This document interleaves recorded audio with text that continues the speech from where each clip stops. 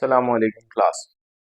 Welcome in बाइटमॉन्ट chemistry. तो बच्चों, आज का जो हमारा लेक्चर है इसमें हम डिस्कस करेंगे कि आपके पास जो कलर चेंज है, जो मिक्सचर है आपके पास डाई नाइट्रोजन टेट्रा ऑक्साइड का और नाइट्रोजन डाइऑक्साइड का जो एक मिक्सचर बन जाता है, जब हम उस मिक्सचर में देखें तो अगर हम ये रिएक्शन स्टार्ट करते हैं डाई नाइट्रोजन टेट्रा ऑक्साइड से, तो फिर और इसको जो फ्लास्क है हम उसको सील कर दें और टेम्परेचर दें 100 डिग्री सेंटीग्रेड। फिर हम ये देखना चाहते हैं कि कलर चेंज के बारे में क्या होगा, यानी कलर चेंज कैसे आएगा, किस तरीके से कलर में तब्दीली आएगी।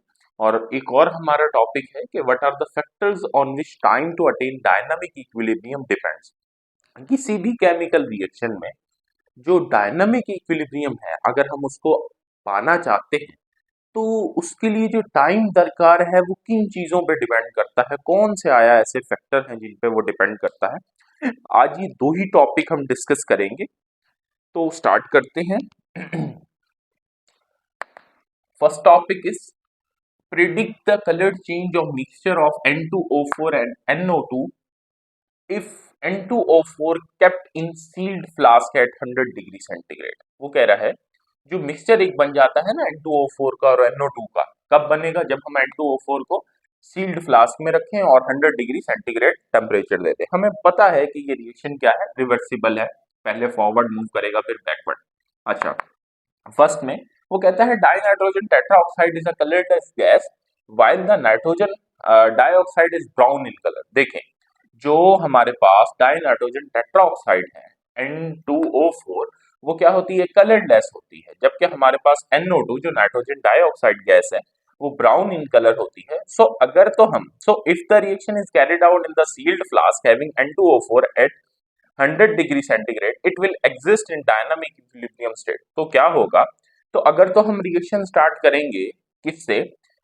N2O4 से एक सील्ड फ्लास्क में और उसे देंगे 100 डिग्री सेंटीग्रेड का टेम्परेचर, तो स्टार्टिंग में क्या होगा कि वो फॉरवर्ड मूव करेगी, फिर एकदम से बैकवर्ड मूव करेगी और फिर आखिरकार it will exist in the dynamic equilibrium state, और फिर वो डायनामिक इक्विलिब्रियम स्टेट में आ जाएगी। उसके बाद क्या होगा?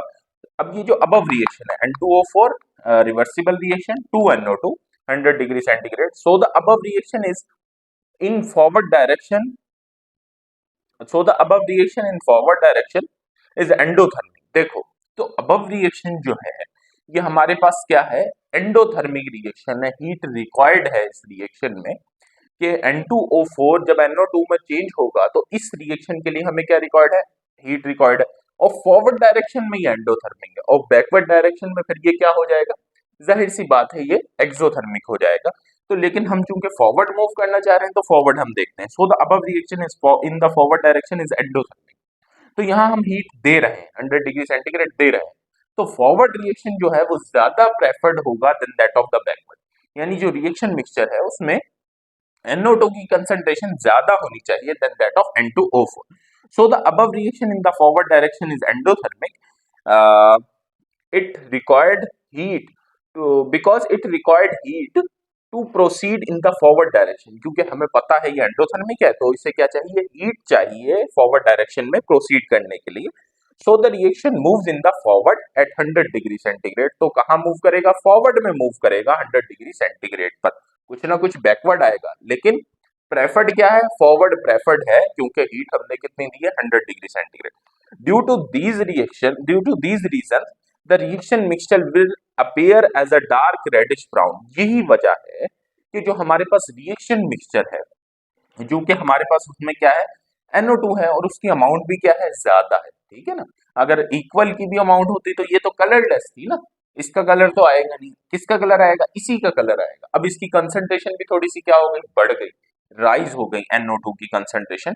तो हमारे पास जो कलर है वो क्या आएगा? Due to these reason the reaction mixture will appear as a dark reddish brown. ठीक है, इसका कलर है तो सही ब्राउन, इसका कलर क्या है? ब्राउन।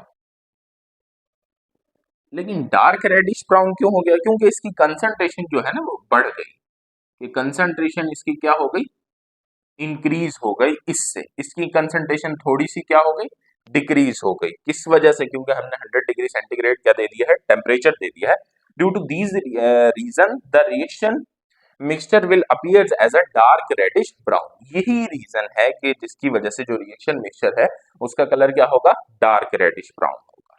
अच्छा, what are the factors on which time to attain the dynamic equilibrium depend.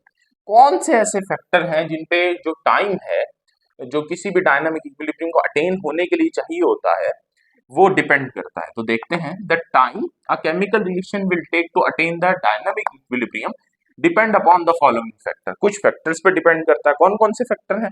Nature of the reaction, कि किसी भी रिएक्शन का नेचर क्या है, आया स्टार्ट हो रहा है सॉलिड स्टेट से, गैसियस स्टेट से, नेचर क्या है रिएक्शन का, कैसे होता है, सील्ड में होगा, सील्ड कंटेनर में हो रहा है या ओपनली होगा, गैसियस आपके पास प्रोडक्ट्स हैं या गैसियस रिएक्टेंट है, तो इसको क्या कह देंगे, nature of the reaction.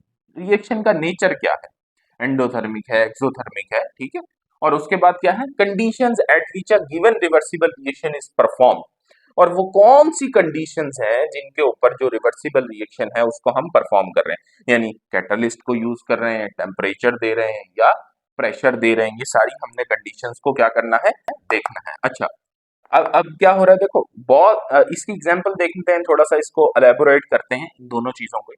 both the rate of the forward both the rate of the formation and the decomposition of ammonia at 400 degree centigrade and with catalyst are reasonably fast। देखो, अब condition यहाँ क्या है कि ammonia के gas में जो decomposition है, यानी अमोनिया टूट के N2 और H2 में change, nitrogen and hydrogen gases में चेंज हो रहा है, और फॉर्मेशन में क्या होगा, N2H2 मिलके अमोनिया बना देंगे। दोनों ही जो 400 डिग्री सेंटीग्रेड पे और कैटलिस्ट की मौजूदगी में क्या है, फास्ट है, रीजनेबली फास्ट है।